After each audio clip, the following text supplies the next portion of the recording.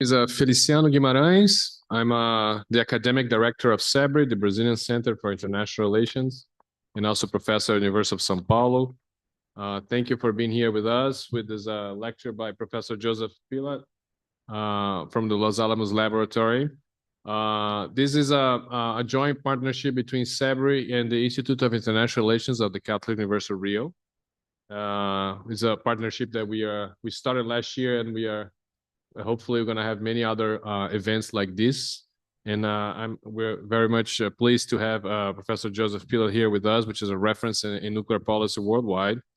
And for this lecture, we also have Professor Monica Harris from the Institute of International Relations here at Catholic University of Rio. You all know her.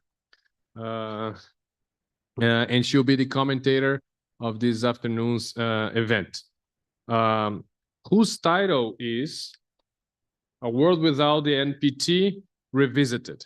We all know from the experience of the Brazilian foreign policy how important is the NPT for Brazil, for Brazil's nuclear policy, and for Brazil's foreign policy as well. When we teach foreign policy to our students, it's very famous Brazil's initial position against the NPT in the 60s and how this evolved over time until we finally joined the NPT in the 1990s during Cardoso administration. And in today's negotiation with the NPT and International Agency, Atomic Agency, on the issue of the submarines, the nuclear submarine that Brazil is building here in the state of Rio. And so for this event, we have, as I mentioned, Professor Joseph Pilat, is a program manager in the Office of National Security and International Studies at the Los Alamos National Laboratory, and Global Fellow at the Woodrow Wilson International Center for Scholars, where he co-directs the Non-Proliferation Forum. And previously, he served as representative of the Secretary of Defense to the 4th Review Conference of the Nuclear Non-Proliferation Treaty, NPT, and as a senior advisor to the U.S. delegation at the 1995 NPT Review and Extension Conference. Dr. Pilat also served as representative of the Secretary of Defense to the Open Skies negotiation. He has held positions in the Pentagon, in the Congressional Research Service, and has taught at Cornell University, Georgetown, and the College of William and Mary. And he's the co-editor of the Handbook of Nuclear Proliferation Policy, published by Routledge in 2015, which a book I have. And is the co-author of The Politics of Weapons Inspections by Stanford University Press in 2017, and currently the editor of the International Atomic Energy Agency, Historical Reflections, Current Challenge and Future Prospect, published by Routledge in 2021. Professor Monica Harris, on my left-hand side, is a senior fellow at the Brazilian Center of International Relations, a long colleague of SEBRE. Professor Harris is a full professor and vice dean of the Social Sciences Center here at the Pontifical Catholic University of Rio. She has a PhD in International Relations from the London School of Economics and Political Science, and has published 3 books: International Organizations, History and Practice, co-authored with Andrea Ribeiro Hoffman, a professor here at ED2. Ecuador versus Peru, Peacemaking Amid Rivalry, a book that I read and I use in my own research. Thank you very much. And the Global Governance Away from Media as well. Dr. Harris has also published several articles and books, chapters on times of in Latin American security, regional and international governance, and Brazil's Brazil's foreign policy. So, Professor Joseph, you have the floor. I don't know if you have a presentation or just no. So it's a pleasure to have you here. And as I forgot to mention, we are online transmitting this event through the SEBRE website and the PUC website as well here at the International Relations Institute. And 2 colleagues of mine have already sent messages who are specialists in nuclear policy, and they said, you have Professor Joseph there, we're going to watch this online. This is going to be very interesting. So you're quite famous in Brazil, more maybe. So thank you very much. Professor, you have the floor. Thank you, Feliciano. Let me say at the outset that the views I express are my own, not those of Los Alamos National Laboratory, the National Nuclear Security Administration, the Department of Energy, or any other U.S. governmental agency. The title is Redux or Revisited, and I should explain that before I really begin. In 1985, right after the review conference, a number of people, a number of people started to think that it's only 10 years until the extension of the NPT comes up. And that led to a number of events, including John Simpson of the UK publishing a book looking to the future of nonproliferation. He asked me to write a chapter, and I wrote a chapter on a world without the NPT. The premise was what would happen to IAEA safeguards, the nonproliferation norm, nuclear energy, nuclear supply, as well as regional and global geopolitics if the NPT were not extended or were extended only for a brief time. And I published the article, and as we approached the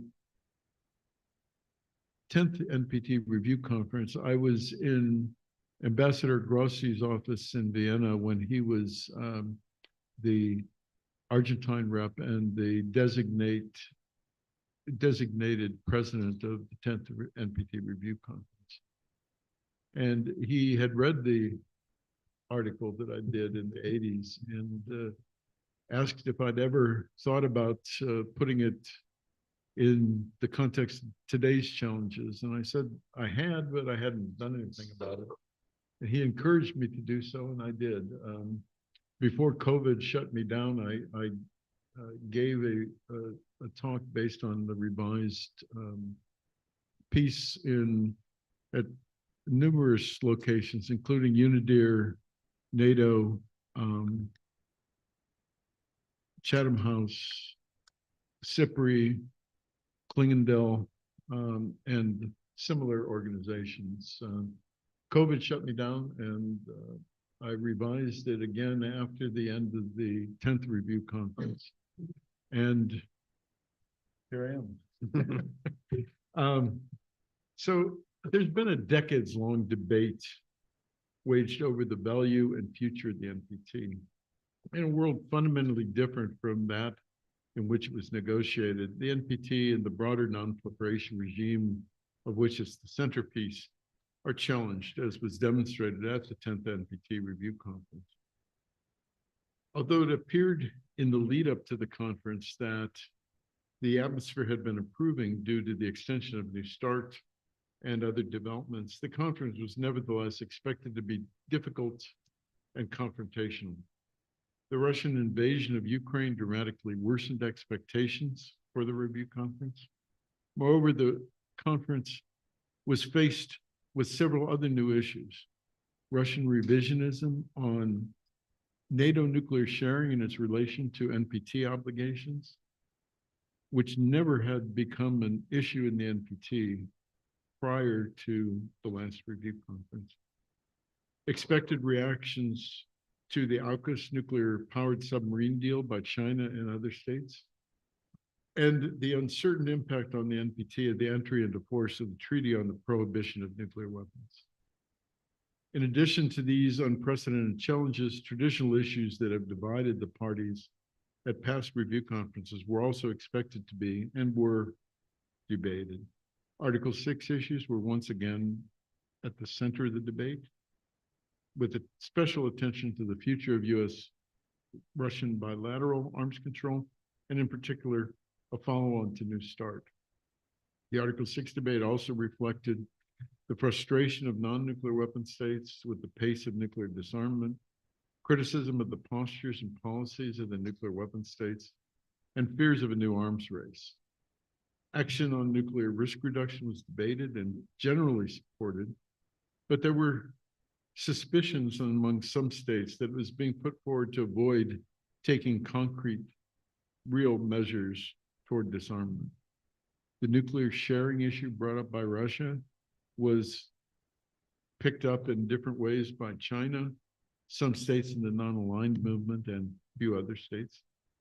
Despite concerns about export controls, the additional protocol, and nuclear safety and security measures as measures that could impede cooperation on nuclear energy, it was feared. The Article 4 debate was more notable, more robust, and more positive than at recent review conferences. due to the high level of attention it received, primarily from the president, Ambassador Slavinin from Argentina. Other issues did not have as prominent a place in the debate as might have been expected. The debate over non-compliance problem, including North Korea, Iran, and the fate of the Joint Comprehensive Plan of Action, was limited. In the latter case, almost certainly due to the ongoing negotiations on renewing and restoring the JCPOA that were happening during the time the review conference was ongoing. The prospects for a Middle Eastern zone free of weapons of mass destruction were also not as controversial as the past review conferences. In 2015, it prevented a consensus final document. And this was due primarily to the opening of a UN track in 2019, as well as to very serious US-Egyptian negotiations that fended off some challenges by Iran. While these issues were undoubtedly contentious, there was a clear sense among most of the parties that a consensus final document was important after the failure to reach one in 2015. And a compromise draft document was prepared by President Slavinin. Most states had issues with it, but all but Russia were prepared to accept it. Russia broke consensus over language calling for the Zaporizhia nuclear power plant to be returned to Ukrainian control. Despite the outcomes dependent solely on Russian intransigence, many states were disappointed with the president's language, especially on disarmament, and there were warnings about the future credibility of the treaty. All the problems at the review conference, as well as some others that really didn't come up, reflect stresses on the regime and pose real challenges. They have been seen in some quarters as portending the regime's collapse or increasing irrelevance. They do exist and will be difficult to address fully. In my view, it's extremely difficult, but not impossible, to imagine a catastrophic failure of the NPT, the mass exodus of many parties. However, circumstances in which the authority, credibility, and effectiveness of the treaty are eroded over time are more easily imagined. In the aftermath of one or another of these possibilities, the resulting world would be undoubtedly worse off than that in which a solid and strengthened NPT were in place.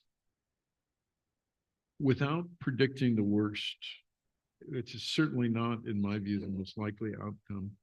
To demonstrate what I believe is the importance of the treaty, I want to explore the contours of a world in which it was no longer in force or no longer effective. First, the erosion of the non-proliferation norm would become a real possibility. The perception of proliferation and non-proliferation has changed profoundly during the nuclear age. It was expected early on that nuclear weapons would be pursued by a large number of states, that proliferation was acceptable behavior, and in any case, that it could possibly be inhibited but could not be prevented. This sense began to change after the Cuban Missile Crisis and the Chinese nuclear test that followed it. But it was the conclusion and entry into force of the NPT that really altered the landscape.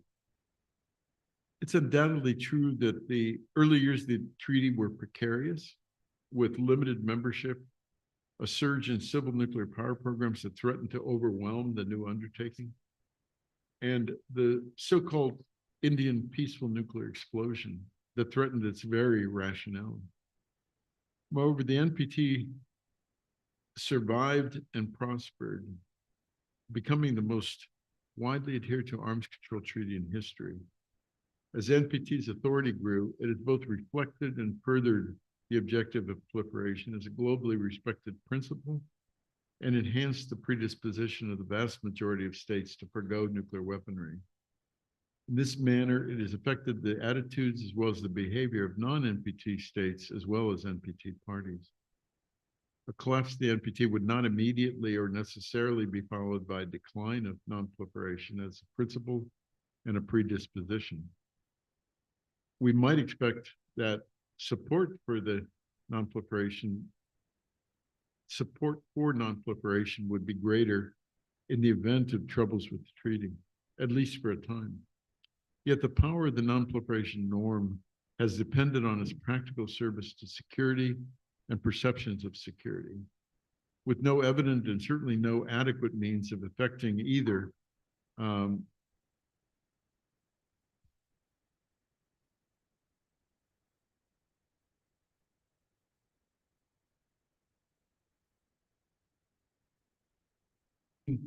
by many is no longer valuable, but that other interests and objectives that were being promoted and pursued would rise in significance, eclipsing nonproliferation in the international commons.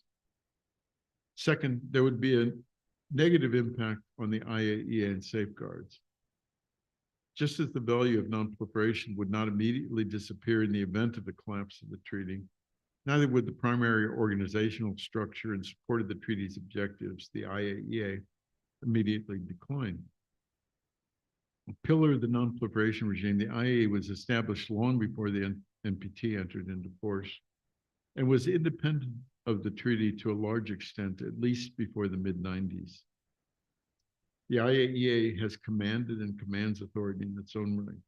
Nevertheless, the treaty and the IAEA are now intimately interrelated on virtually all issues.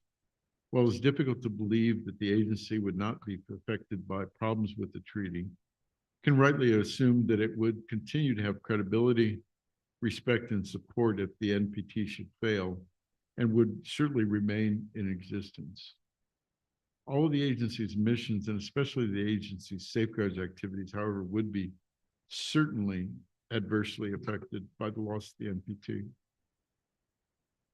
As they depend on the authority of the NPT as much as the credibility of the agency, safeguards would be in peril if the NPT were lost, even if the agency was not immediately impacted as an institution.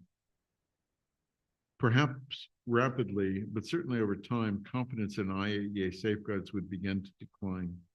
Once this process began, it could progress to a level where safeguards would be seen to offer few benefits and be unlikely to allay suspicions of nuclear weapon development among states that are pursuing civil capabilities or perhaps non-prescribed military activities like naval propulsion.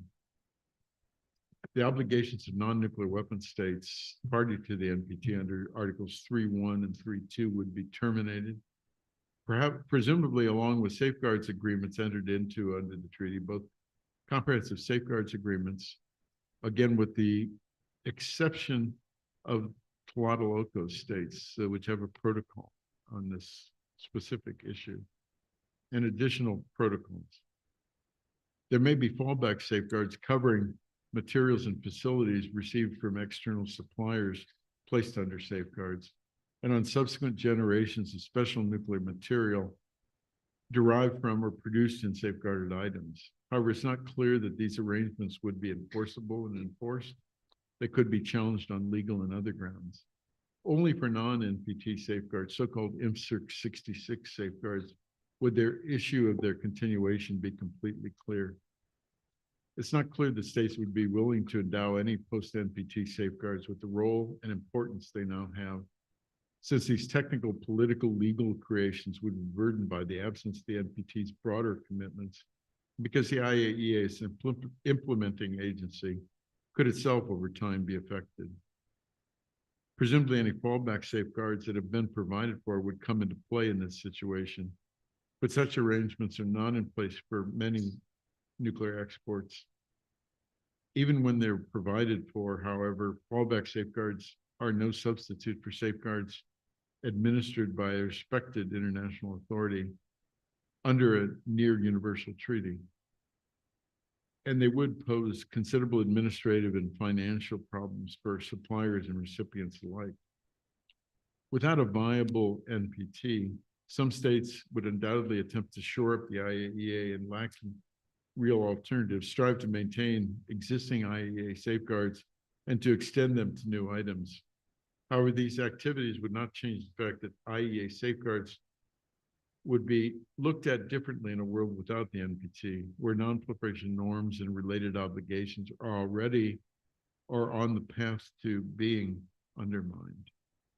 There's no way that the only obvious or practicable alternative, new or renewed bilateral or trilateral safeguards agreements, could ever fulfill the function of IEA safeguards backed by the political legal commitments of the NPT.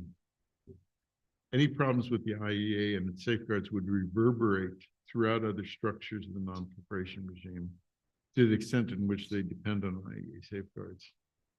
While the safeguards for the parties to the Latin American nuclear weapon-free zone would continue in principle, these states, along with parties to other existing nuclear weapon-free zones, would be confronted with difficult choices and challenges if IEA safeguards that are so central to their operation were to disappear or to lose credibility.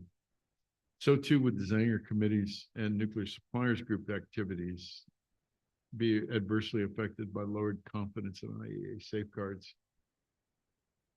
But unlike nuclear weapon-free zones, these supply bodies would also be directly affected by the impacts on peaceful uses of nuclear energy of troubles with the NPT.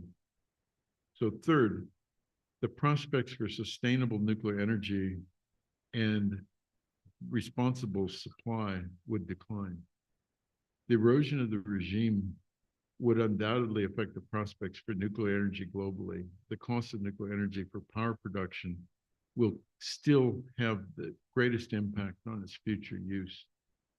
However, long-term impact of Fukushima and of recent developments in Ukraine, the attacks and use of nuclear power plants as military facilities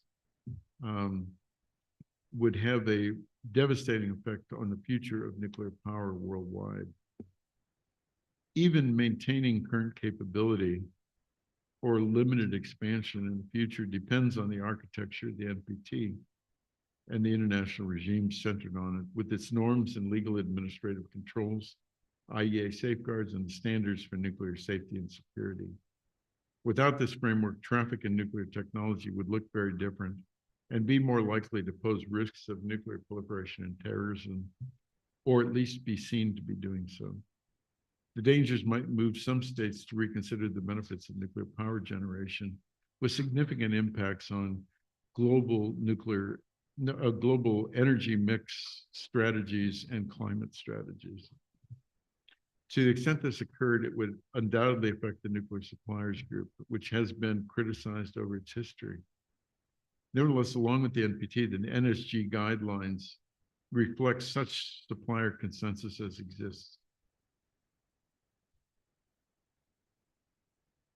Challenged by commercial competition, differing perspectives on trade with non-NPT states, and adoption of the additional protocol as a condition of significant nuclear supply. Moreover, questions of nuclear supply and of supplier state policy have often appeared at the forefront of the historical debate over proliferation concerns and non-proliferation policy, as the debate over Iran since 2002 amply demonstrates. A collapse of the NPT, and with it less credible IAEA safeguards, would throw nuclear trade relations into disarray. The situation would probably make a mockery of the gentleman's agreement embodied in the NSG. Without any established rules, the confidence of supplier states that others were not using sweeteners to capitalize on sales opportunities would deteriorate rapidly. The resultant loss of confidence would likely exacerbate existing differences among the suppliers.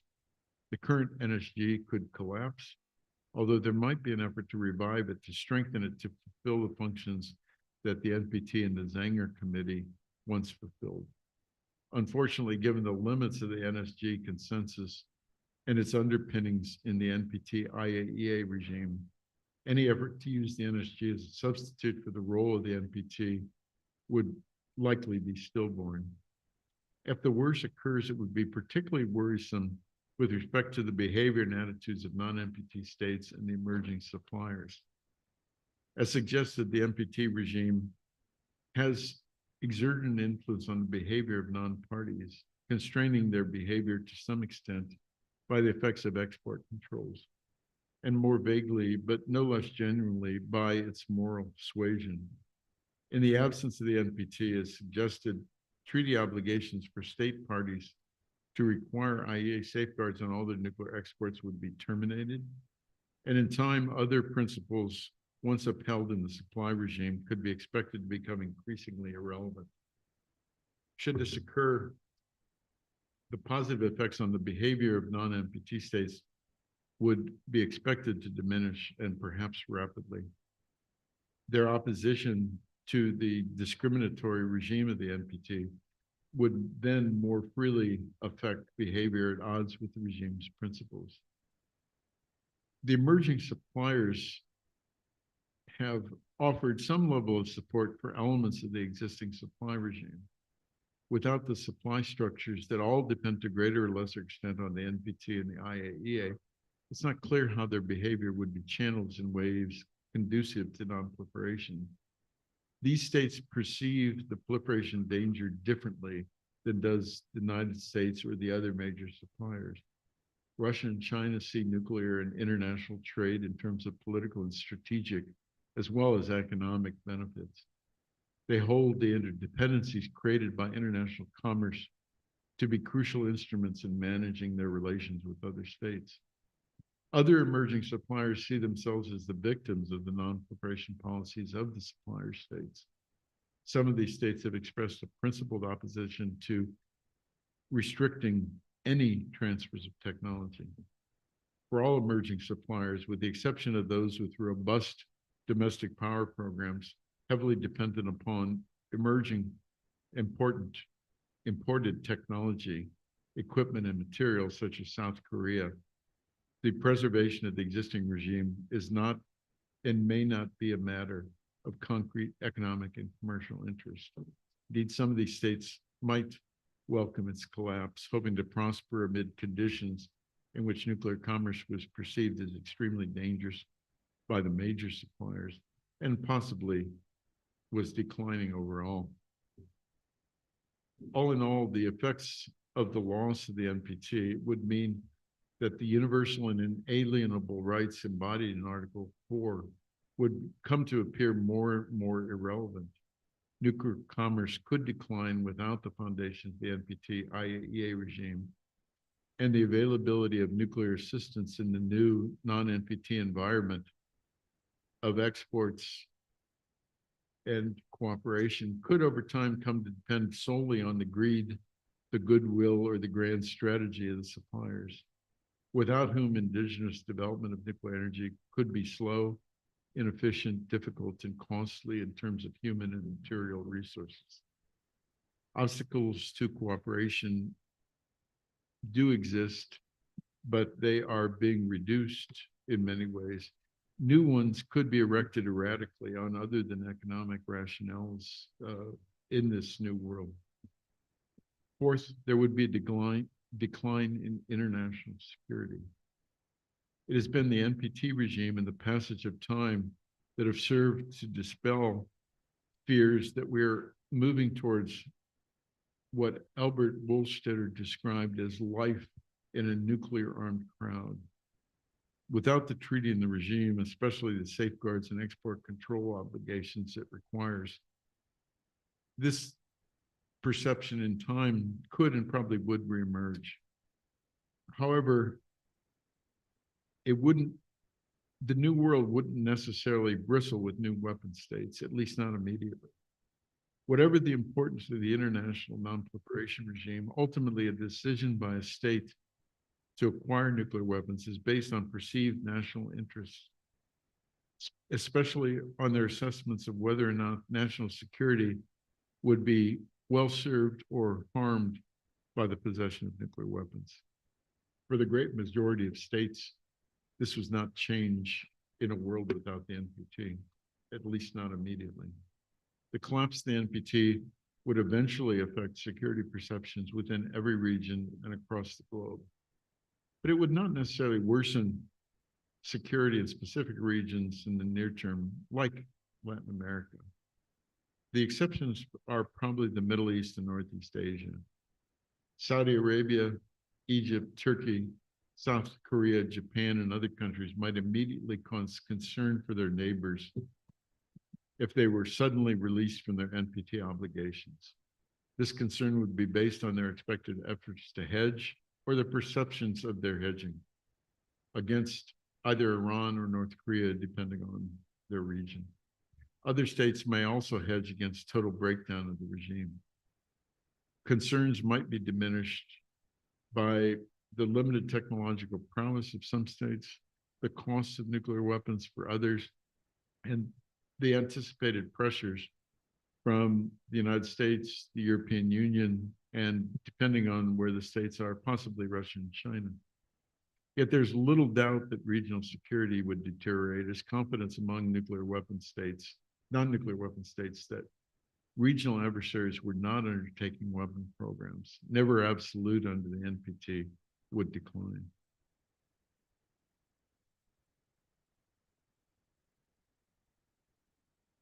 If states were unsure of their neighbors' nuclear intentions.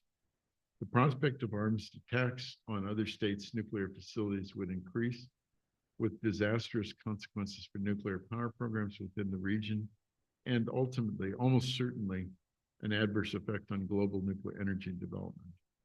Whether or not preventive or preemptive military actions were undertaken, the shifting security situation could result in reassessments by all parties of their need to hedge, to develop nuclear weapons, or perhaps to obtain more readily attainable chemical and biological weapons or other asymmetric capabilities with which they might hope to deter perceived emerging or imminent nuclear threats.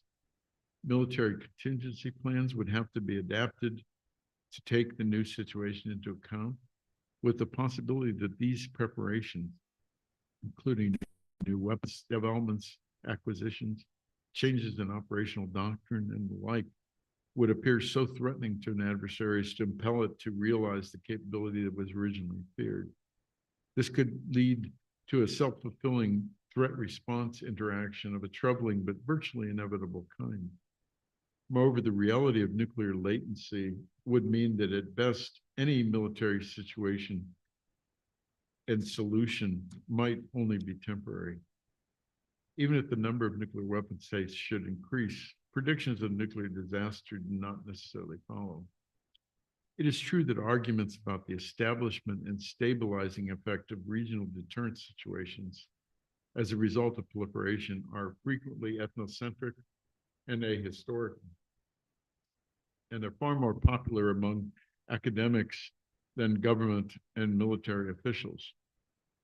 However, there is no reason to believe that proliferation of nuclear weapons would dramatically increase the risk of nuclear war in the near term, unless the collapse of the NPT were accompanied by a global crisis or the immediate nuclearization of some states. There's by no means any certainty that a gradual increase in nuclear weapons in and of itself would increase the risks of or directly precipitate nuclear conflict in the short term. Nevertheless, should conflicts occur, these weapons could be used if they were available. On the global stage, the least compelling scenarios of nuclear war between the great powers are those which involve deliberate escalation from or miscalculated reactions to nth country nuclear explosions or exchanges.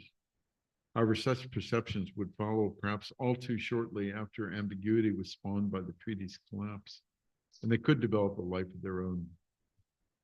Fifth, the great powers are likely to have reduced interest in and support for the regime, with a growing potential for conflicts over nuclear issues.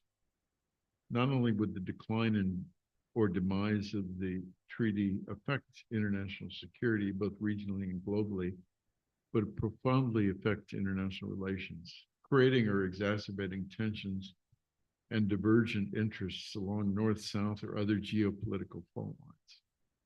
Without the treaty and regime, the great powers could in principle attempt to reestablish an effective regime based upon their common interests and the prospect of common actions. In practice, especially in the current international security environment, this is unlikely. A great power condominium is not likely to be forthcoming or fully effective in almost every imaginable scenario. And it will not likely be seen as desirable by many states, perhaps most states. Through most of the nuclear age, the great powers have recognized their mutual interest in nonproliferation, played the most prominent roles in developing, implementing, and enforcing nonproliferation and arms control norms and policies. As important as these norms have been, the most effective and enduring cooperation among the great powers has involved technical and legal matters within the purview of the IAEA and the Nuclear Suppliers Group in particular, some cases in the NPT. Political issues, and particularly those involving nuclear weapon aspirations of allies or friendly countries, have, with few exceptions, been contentious. In these and other cases, nonproliferation competed with other foreign policy and defense policy priorities, and at times the great powers, including the United States, have chosen other objectives with more or less serious consequences for nonproliferation and arms control norms and policies.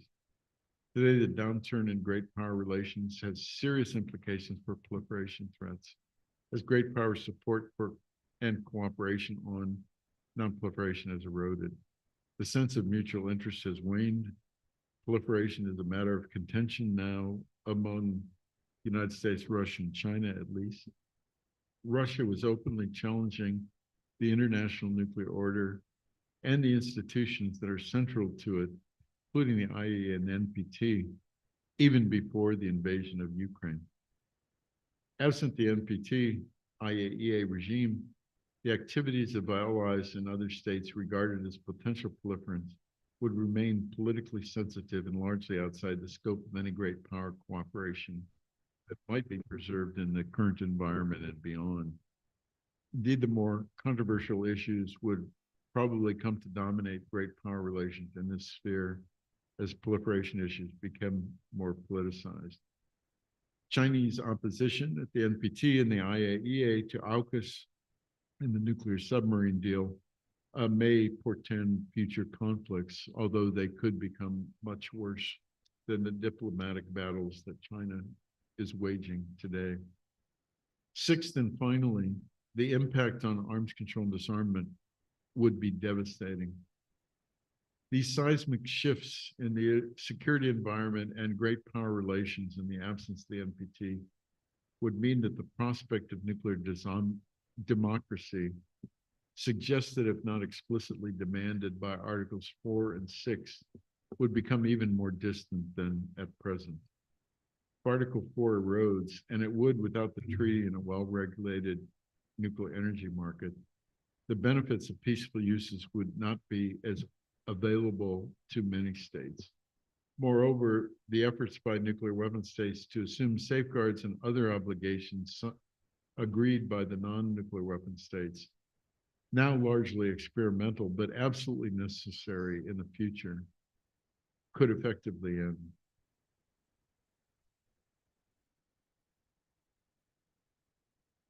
Has led to limited prospects for further progress on arms control. Whatever these prospects now and in the near term, the NPT is an arms control treaty and the only legally binding near universal instrument that obligates the treaty recognized nuclear powers to pursue disarmament. The dramatic reductions of the past 30 years, products of enhanced security and the existence and extension of the NPT are threatened today. Indeed, there's talk of the prospective end of more than 50 years of bilateral arms control. Past progress is now in jeopardy, could be reversed, and the prospect of a new arms race cannot be dismissed. Some believe it's already occurring. Without the NPT, this situation would be dramatically worse. Without the NPT's existence and effective functioning, any realistic hopes for progress in the future on arms control and ultimately on disarmament would be seriously reduced, even from the situation today.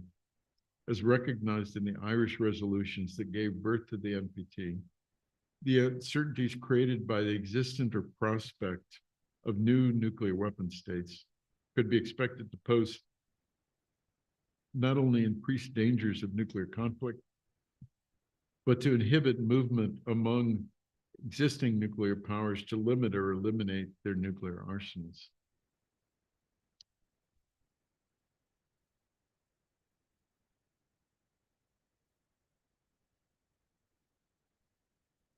NPT is that the parties to the treaty have held the NPT to be in their interests and were not prepared to see it destroyed or undermined on the basis of the acrimony that has occurred in past review conferences, all review conferences.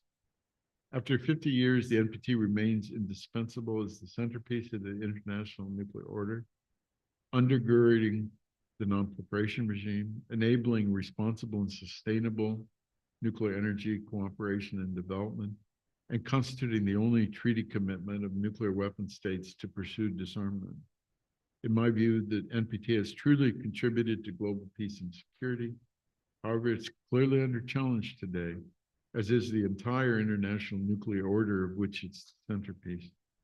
If the treaty and the broader order are not preserved, all state security will diminish whether or not they possess nuclear weapons. Thank you.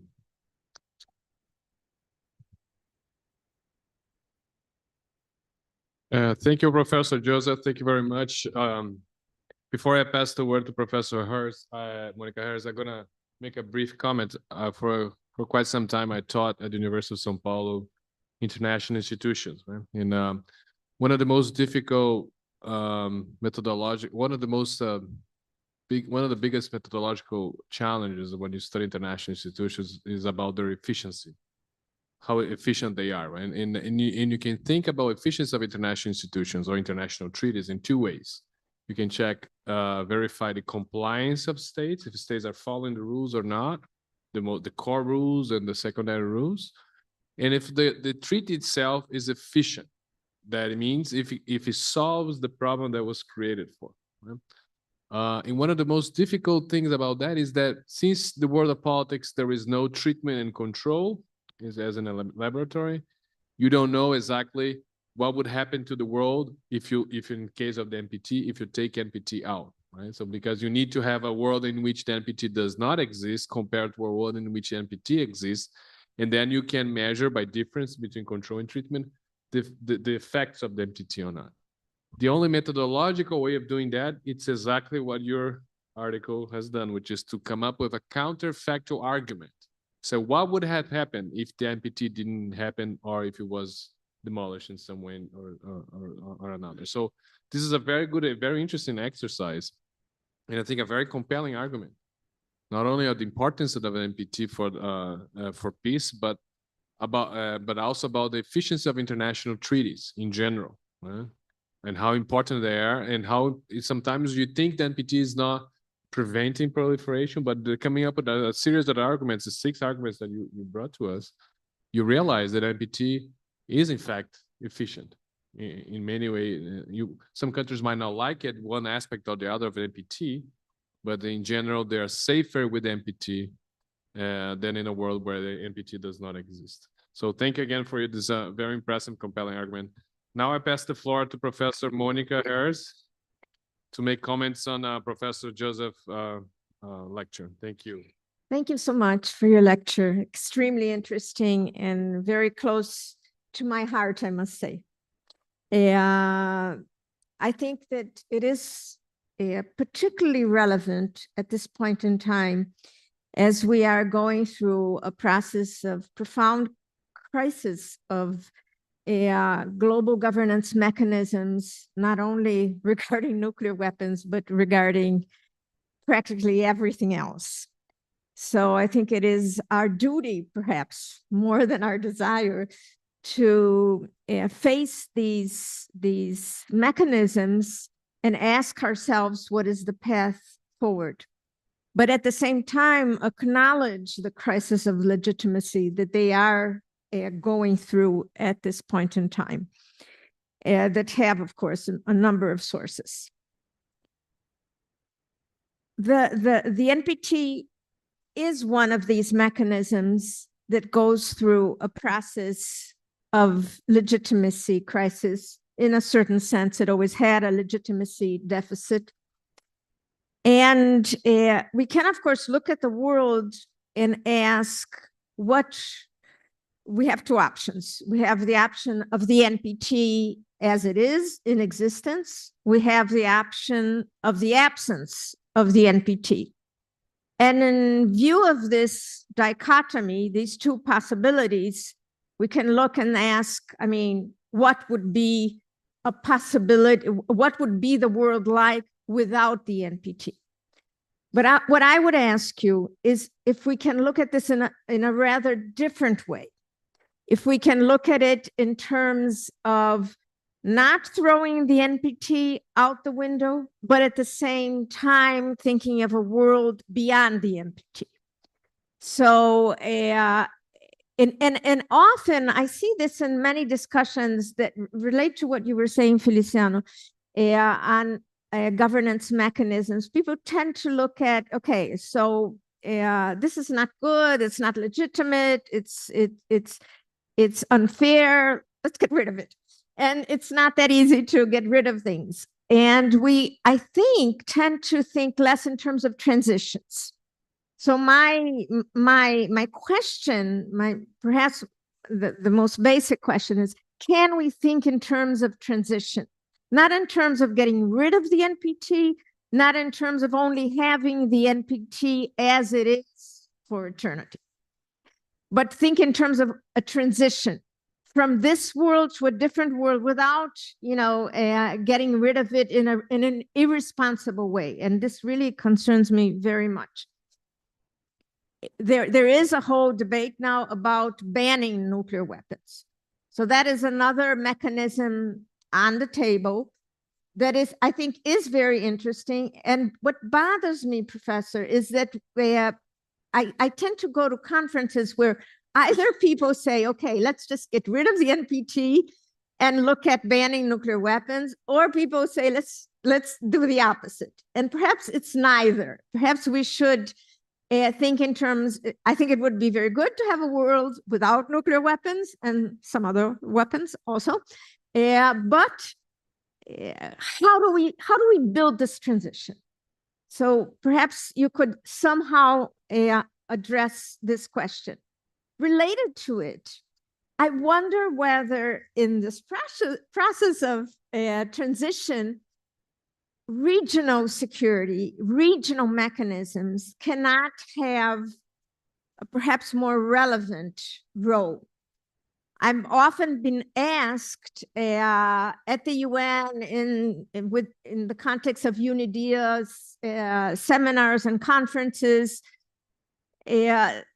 what is so specific about the Latin American context? Why was it possible within the Latin American context from the 1980s on to build a security regime, a nuclear security regime that is so efficient? Efficient from, I think, both points of view, which is ABACI and the regime that governs relations between Brazil and Argentina regarding the nuclear issue. And of course, it's not exactly simple to transfer this reality to other regions, particularly the Middle East. But I do think that we have gained enormously from having not throwing away the NPT, not throwing away global mechanisms, but also adding a regional mechanism. And I believe that more generally, regional mechanisms should be given more room, a greater role in global governance more generally, for a number of reasons that, of course, I'm not going to talk about here. And I would love to know your opinion about this. We had a very interesting seminar a few weeks ago at this university with colleagues from Australia. It was actually sponsored by Carnegie, about the reality of the submarine programs, AUKUS, and the submarine program here in Brazil. It was very interesting. We're having a further discussion in Australia in a few months. And of course, these are very different realities, but we did move towards discussing the specificities of the regions and how this could also, of course, also learning from each other and looking at these realities not as a threat, but a learning possibility. So that was extremely interesting, and we want to build on that. Further, regarding the crisis of legitimacy, the crisis of global governance of the nuclear world, if you want, I have a specific concern regarding the relationship between Russia, China, and the United States. And it seems to me that the prospects for the United States and China to reach agreements, to reach understandings about ways of moving forward without conflict is it's a possibility. You know, I could be rather optimistic about this. I just had a few meetings with Chinese colleagues that actually, but that the same does not hold regarding Russia. So we have the situation in Ukraine. We have the manner in which the threat of use of tactical nuclear weapons was put on the table within this context, the treatment given to power plants in Ukraine. So I would also ask you perhaps to mention the role of Russia moving forward in terms of governance mechanisms. Finally, this is the last question. We are, of course, living through a process of intense and rapid digitalization of social relations more generally, but certainly also in the area of weapons and arms control. And I wonder if you think that in specifically regarding the NPT, but more generally governance of nuclear arms control and disarmament, the digitalization of these weapons plays a role in the difficult situation we are in today. Thank you very much. Thank you, Professor Monica. Professor Joseph, you have the floor. The remarks and questions are wonderful. They go in a lot of directions. So let me try to, let me try to put together a story. In the question that the efficiency argument raises is also was raised by Monica. The question comes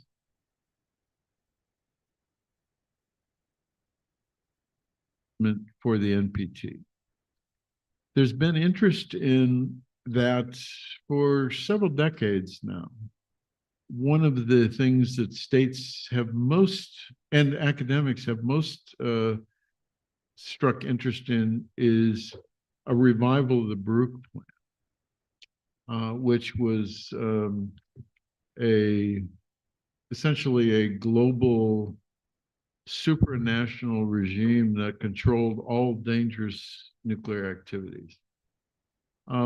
It would be difficult, it was possible, but not practicable to think about it when there was no nuclear industry in the world.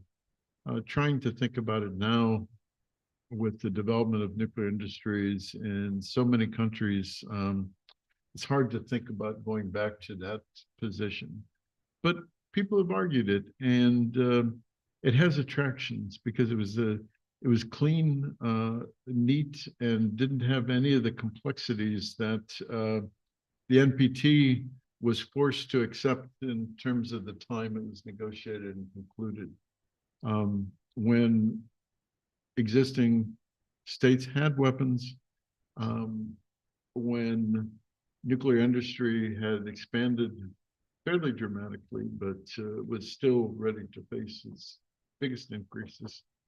And when attitudes towards deterrence versus disarmament were more prominent among the US and Soviet Union, but also among other weapon states. I think that one of the ways to think about the issue is whether you could create the NPT today. I would argue that it would be impossible. And that's one of the reasons why despite the crises of legitimacy and the crisis of the international nuclear order that has been built up around the NPT, the preservation of the NPT is so serious. The TPNW is probably the second biggest potential replacement that's argued for the NPT. And some have argued it. In fact, I would argue that the TPNW and the international humanitarian consequences movement, which preceded the idea of the treaty and its negotiation, were not only reflecting disappointment with Article 6 of the NPT, but went beyond that. And there was a fairly intense criticism of the NPT as not meeting the needs of states. However, if you look at TPNW, I think that the views of TPNW states are now that TPNW serves as partial fulfillment of Article 6 by the states that join it, that recognizes the NPT as the cornerstone of the international nuclear order of which it will become a part, and has the concerns that were expressed prior to the 10th NPT review conference that the TPNW and its entry into force might be disruptive to the regime did not prove true. The discussion was very civil and there were not problems. I think that if you look at TPNW as a replacement, I think one of the first issues you'd have to look at is security. The TPNW, I don't think, reflects the current international security environment well. In fact, it doesn't really address security issues at all. And that's, I think, a problem in this current environment, especially. In part because of that view, the provisions on verification are limited at best and retrograde in at least one aspect. The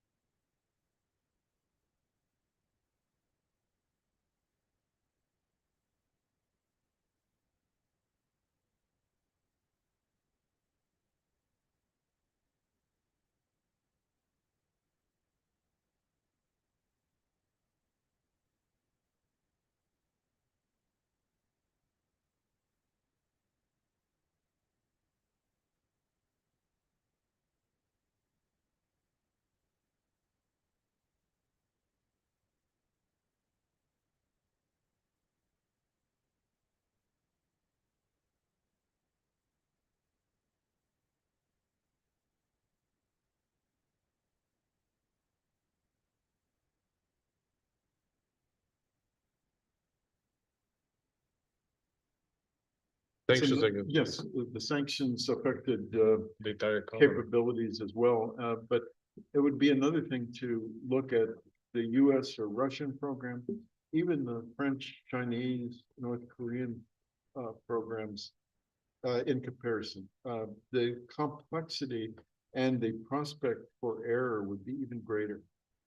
In addition, to the security dimension and the verification issues, the treaty does not say anything about nuclear energy, and that part of the bargain in the NPT. So it's not a really great substitute. Again, I think that the TPNW, if things go well and the parties continue to accept its relation to the NPT that they talk about now, I think it can become supportive in the same way that cooperative threat reduction programs, the efforts to address Iraqi noncompliance, the 1540, the amendment to the Convention on the Physical Protection of Nuclear Material, the global initiative for combating nuclear terrorism, the PSI initiative, all these things have dealt with issues that have come up with the NPT and have strengthened the NPT and the regime. And I think that that will continue, and we should make sure it continues.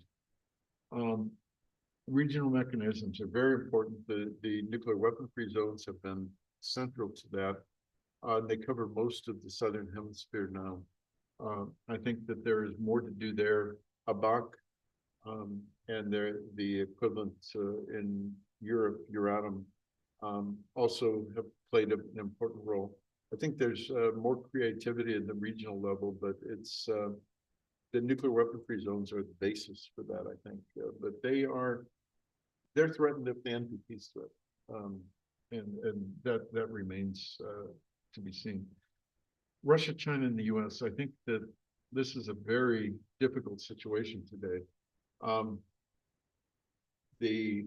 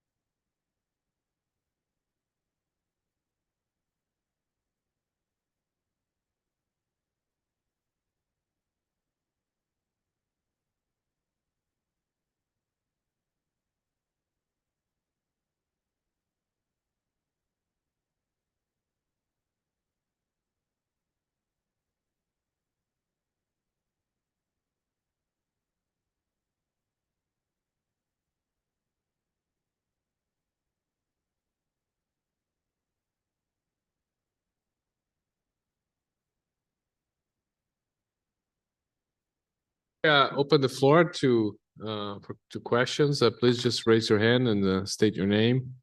We have a couple more minutes here and then there, please. We'll collect 3 questions and then just state your name, please, and your affiliation.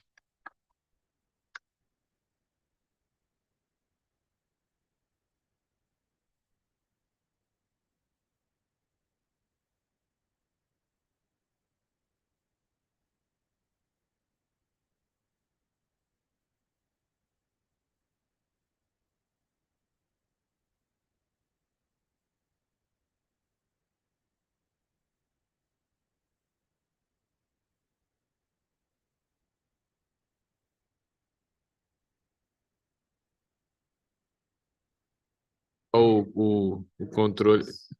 O controle não, o microfone. Thank you. I am Carlos. I feel at home in here, but here I'm representing my new institution, Shiv Nadar, in India.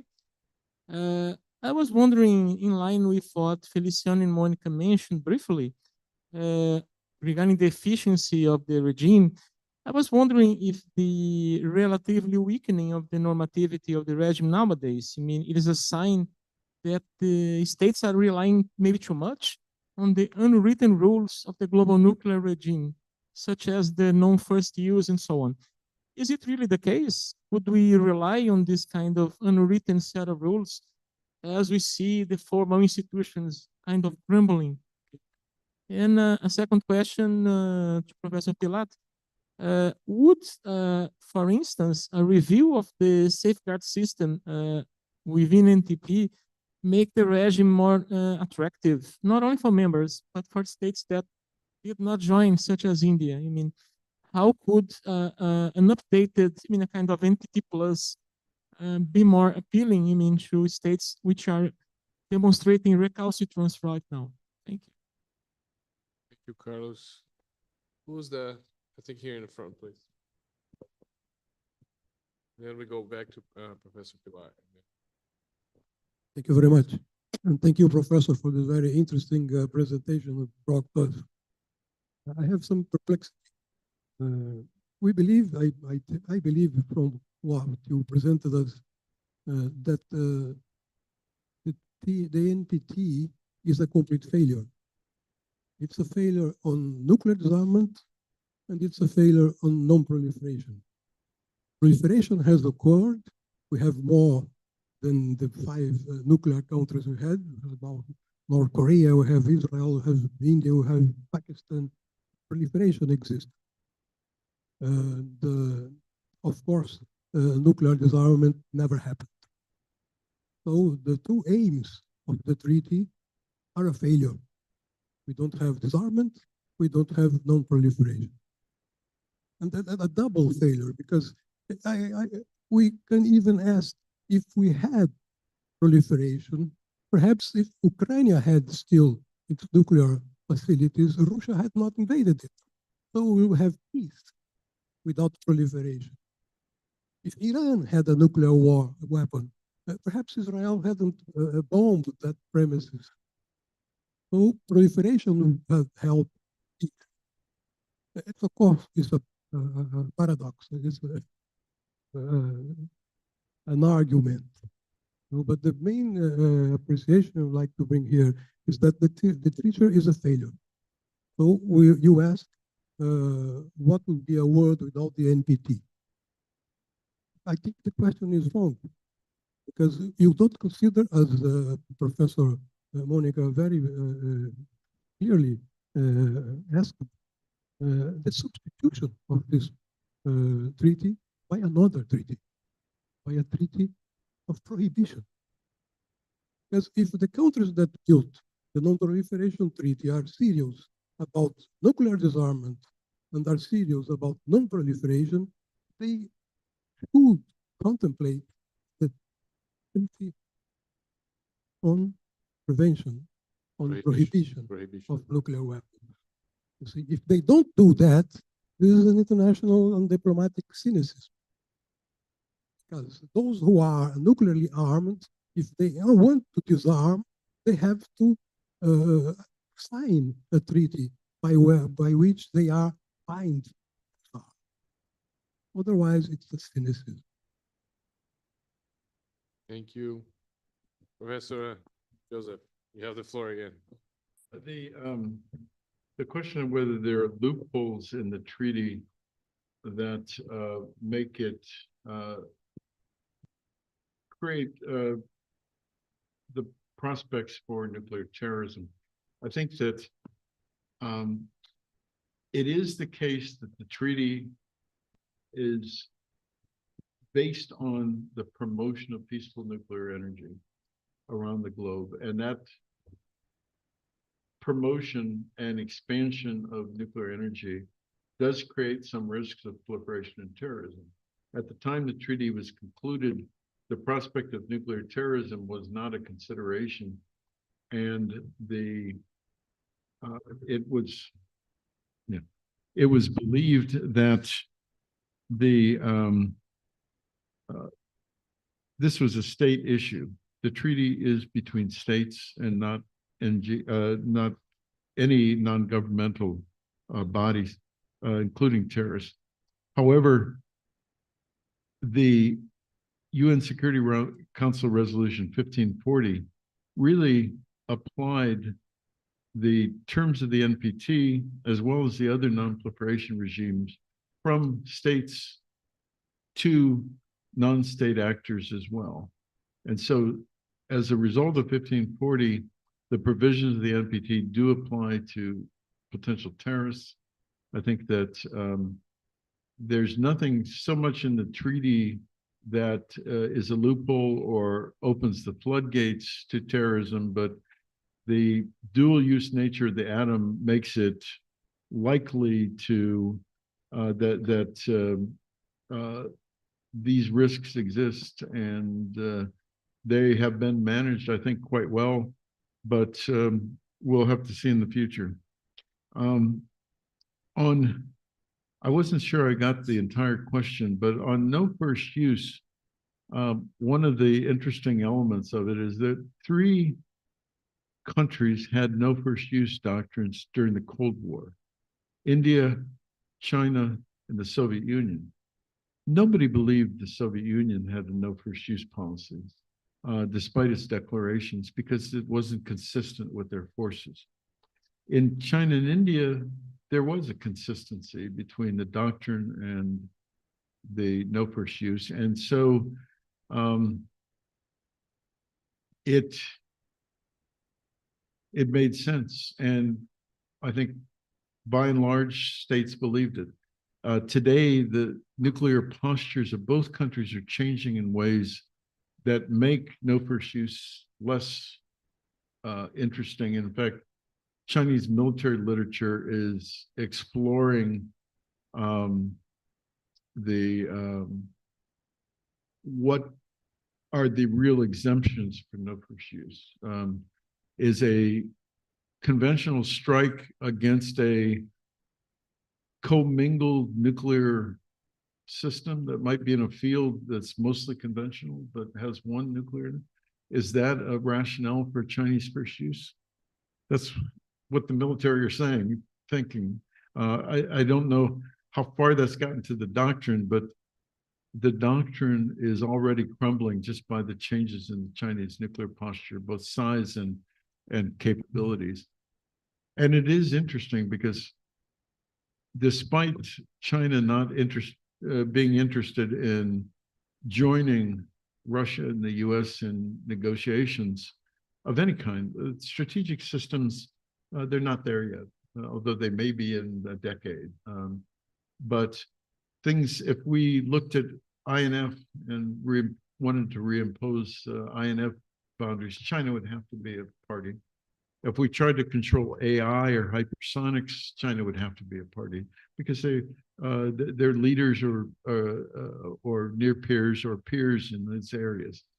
And so that's it. And safeguards, I think that safeguards have been evolving from the very beginning. They really date to the mid-60s, and the big strengthening measures after Iraq are still ongoing, and they're making big strides. I think that they are more effective. I think that you mentioned India. One of the rationales behind the India deal that President Bush engaged in was that you would increase responsible Indian activity by subjecting it to some safeguards, by bringing it closer to the nuclear suppliers group and export control regime and other things. And, you know, this was an idea that was in many ways bipartisan. Our ambassador for nonproliferation today, Adam Scheinman, his father was a government official as well in this area. And about 7 years, I think 6, 7, 8 years before the Bush-India deal, he wrote an article on foreign policy, not foreign affairs, but foreign policy, that suggested just what happened, bringing understanding that India, Pakistan, and others would not be able to join the NPT as non-nuclear states or nuclear states.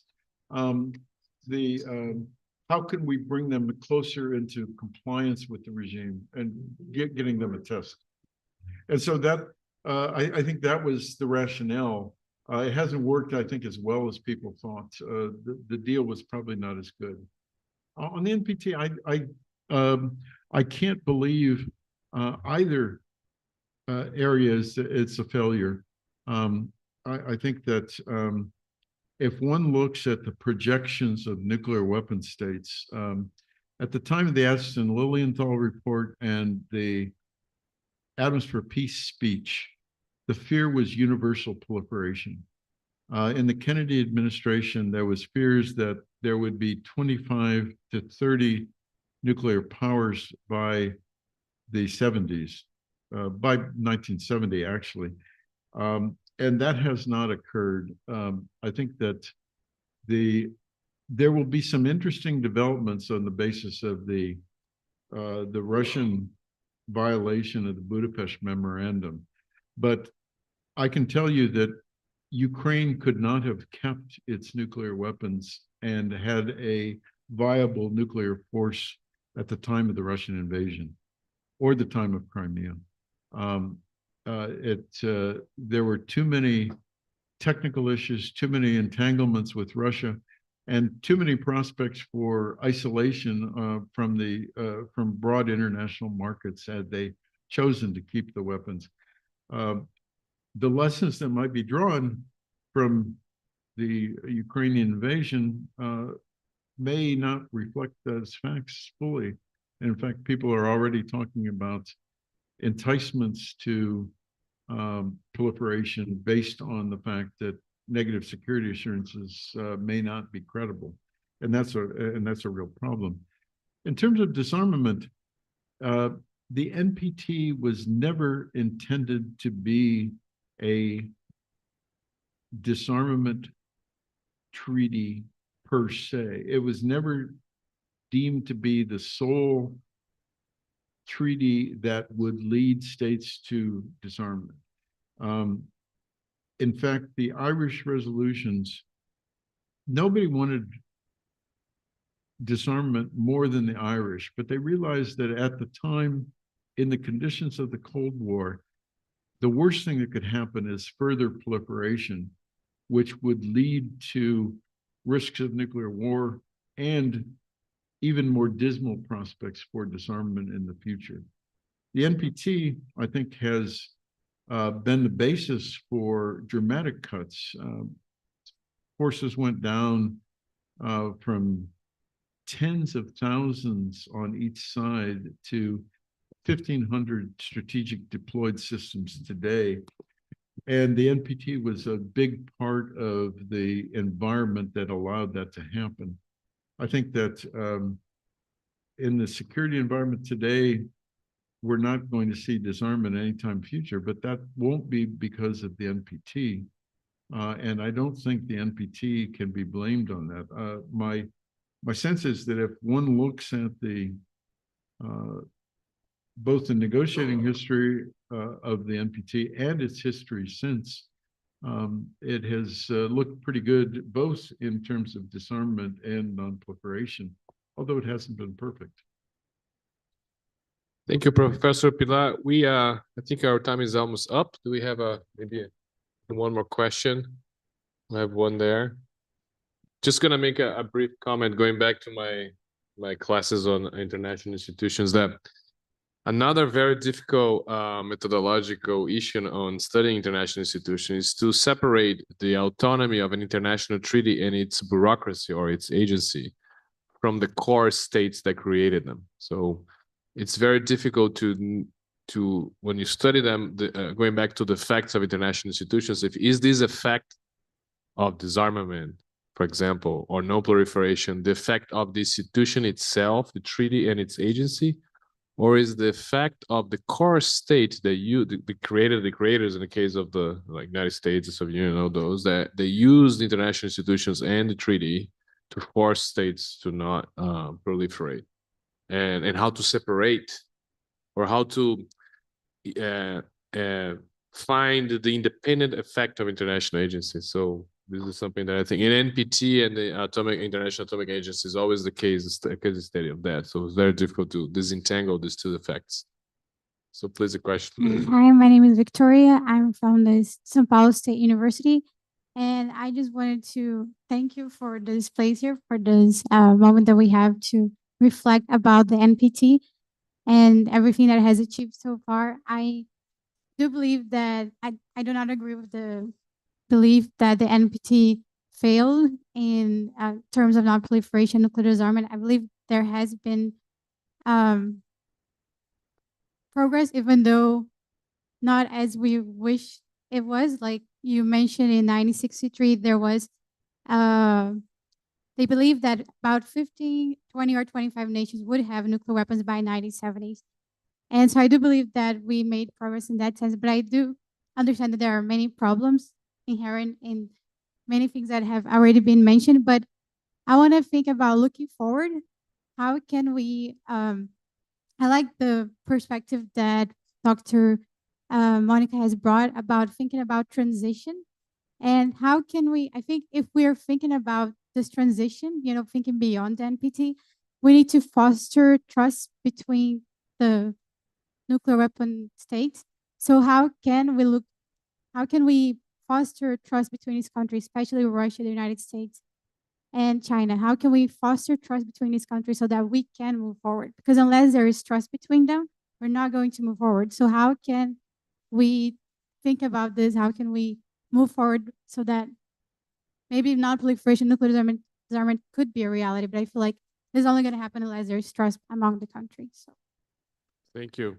And if you could, Professor, give your 2 cents on the Brazilian nuclear power submarine development that Professor Monica mentioned with the comparison to the Australian case. Thank you.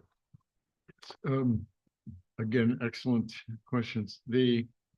On the issue of whether the two principal creators of the NPT, the US and the USSR, or the treaty itself has had a role, I think both have, depending on the situation.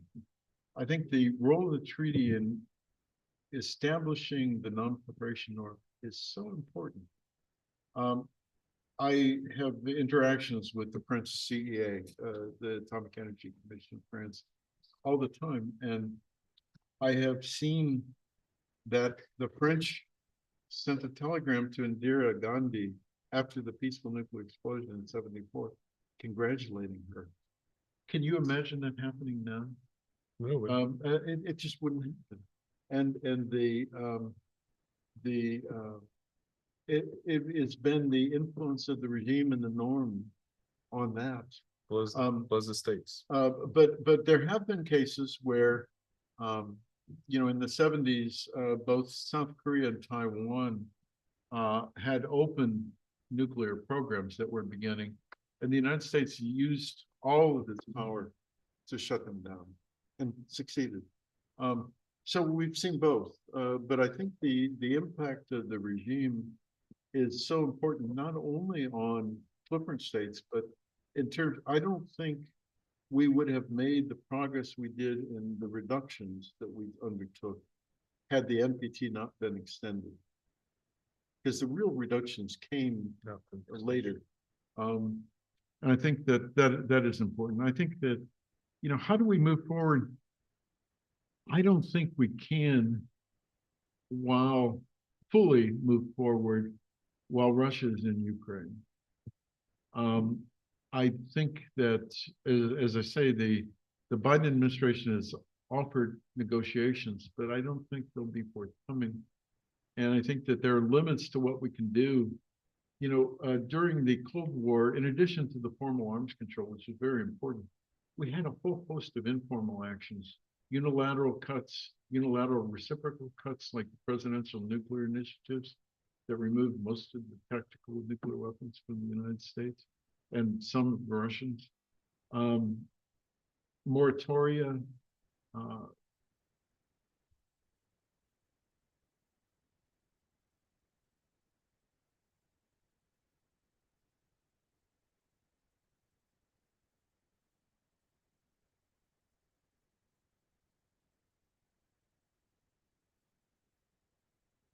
federal U.S. cuts today in terms of both the impact they would send to Russia and China, but also to our allies. I think it would be very difficult. So many of these things are not and cannot be on the table. But there is a menu of risk reduction measures, not all that are proposed, but many that could really have effect. Some of the informal issues and approaches to arms control and nonproliferation. And the basis, I think, of moving ahead until the international tensions abate some will be mutual interests.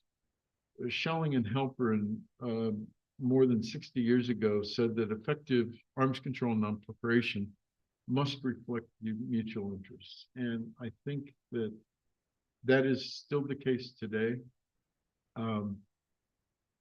My sense is that the mutual interests we had with the Soviet Union and Russia, and to some degree with China, before this current crisis, still exist.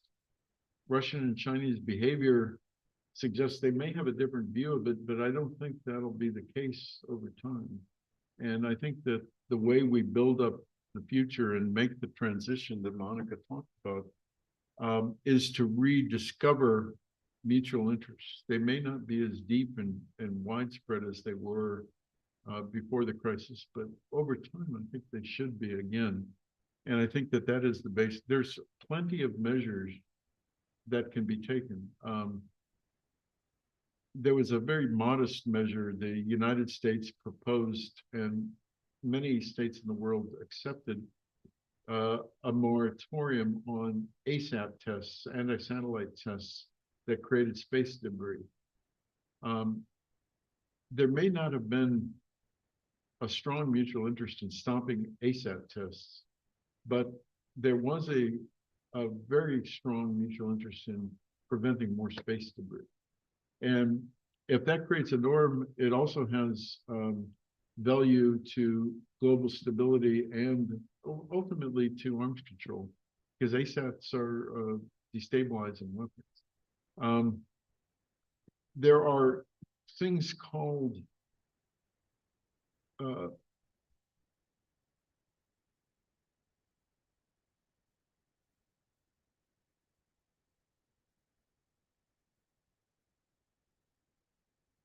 flight, and then all of a sudden drop down on the target.